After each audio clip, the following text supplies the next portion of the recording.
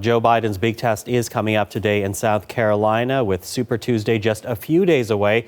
The former American vice president needs a good result in the primary in South Carolina to breathe some new life into his campaign. But of course, all candidates are also looking for momentum today, and they are predicting that they'll get it.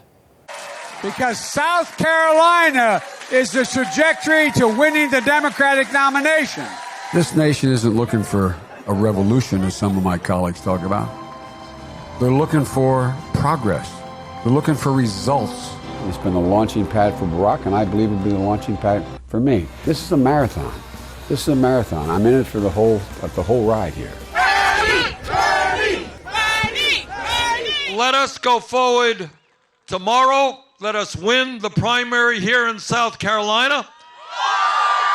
Let us win the Democratic nomination. Let us defeat Donald Trump. We are building a movement that cannot be stopped. I'm the woman who's going to beat Donald Trump. I am not going to be able to outdivide the divider in chief. I will beat him. Senator Sanders is a front runner, but the majority of Democrats are looking for something else. Well, of course, we will be looking closely at the results at the delegate count and making sure that we have the right path forward.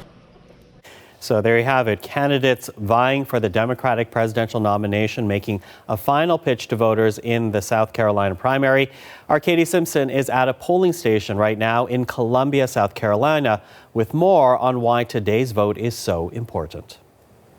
This contest is considered incredibly important because South Carolina is the most diverse state to weigh in the primary process so far.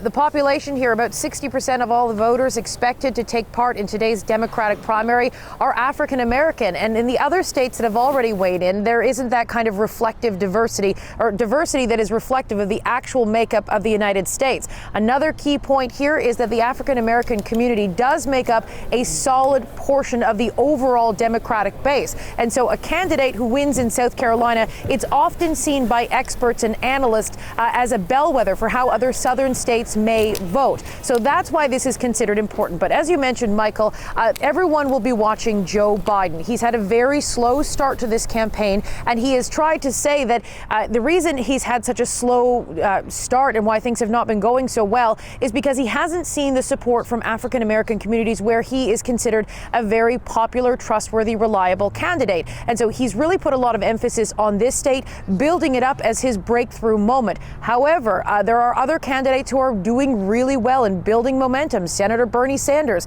he's the clear frontrunner in the overall race to win this nomination. If he has a strong performance here in South Carolina, he'll be able to demonstrate that he can build a broad coalition of voters, and it'll give him a lot of momentum heading into Tuesday's big vote.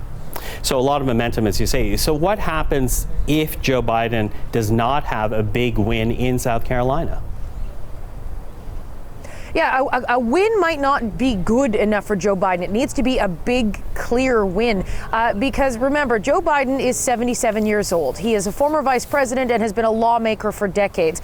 This really is seen as his final push. And if he doesn't have a victory here to give him some momentum, to have something that he can tangibly point to and say, look, I am capable of drawing support. People will go to the polls and vote for me if we are heading into a general election against Donald Trump. But if he can't have something tangible to demonstrate as a success so far in this contest, it's going to be really hard for him to try and convince other voters on Tuesday when the Super Tuesday vote happens. Remember, 14 states, 1 territory, all holding primaries on that day, and it will be a real, it'll provide an opportunity for everyone to see who really is the front runner in this contest and really set the tone for the rest of this process.